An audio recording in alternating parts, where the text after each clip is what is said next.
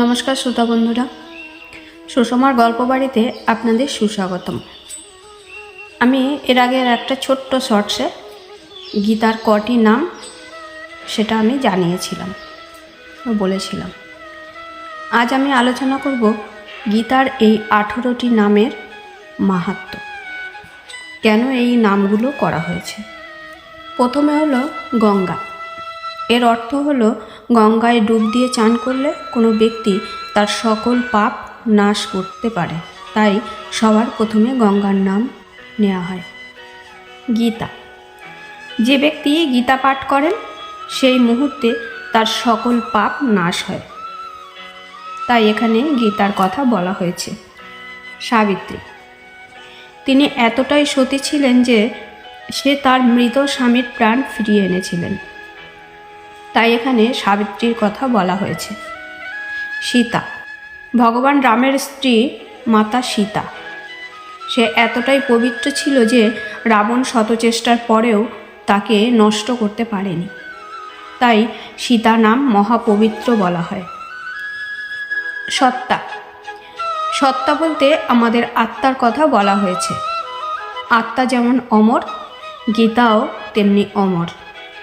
পতিব্রতা, পতিব্রতা বলতে ভগবানের প্রতি আনুগত্য থাকা, কারণ একমাত্র ভগবান সকলের পতি আর আমরা সকলেই তার পত্নী।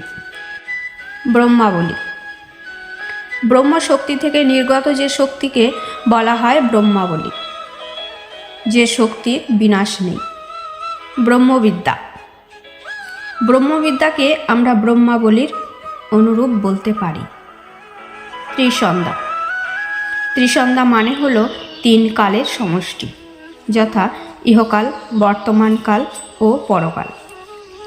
মুক্তগহিনী, একমাত্র গীতা পাঠ করলেই মুক্তি পাওয়া সম্ভব, তাই এ নাম ব্যবহার করা হয়েছে। অর্ধমাত্রা, গীতায় ভগবান শ্রীকৃষ্ণ বলেছেন গীতার অর্ধক, তাই এই অর্থ ব্যবহার করা হয়েছে। চিতানন্দা, চিত জগতের যে আনন্দ, তাই চিতানন্দা। ভবগ্নি, ভবযুক্ত অগ্নি। অগ্নি যেমন সোনাকে পুড়িয়ে খাঁটি সোনায় পরিণত করে, ঠিক তেমনি গীতাই পারে আমাদের সকল পাপ দূর করতে।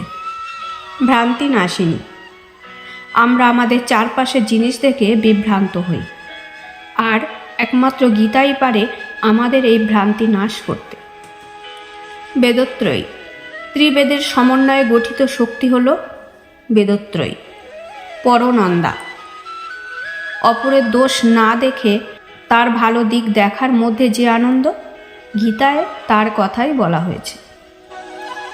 জ্ঞান মঞ্জুরি, সর্বশেষ হল জ্ঞান মঞ্জুরি। গীতা পৃথিবীর সকল জ্ঞান বিজ্ঞানের আধার, তাই একে জ্ঞান মঞ্জুরি বলা হয়।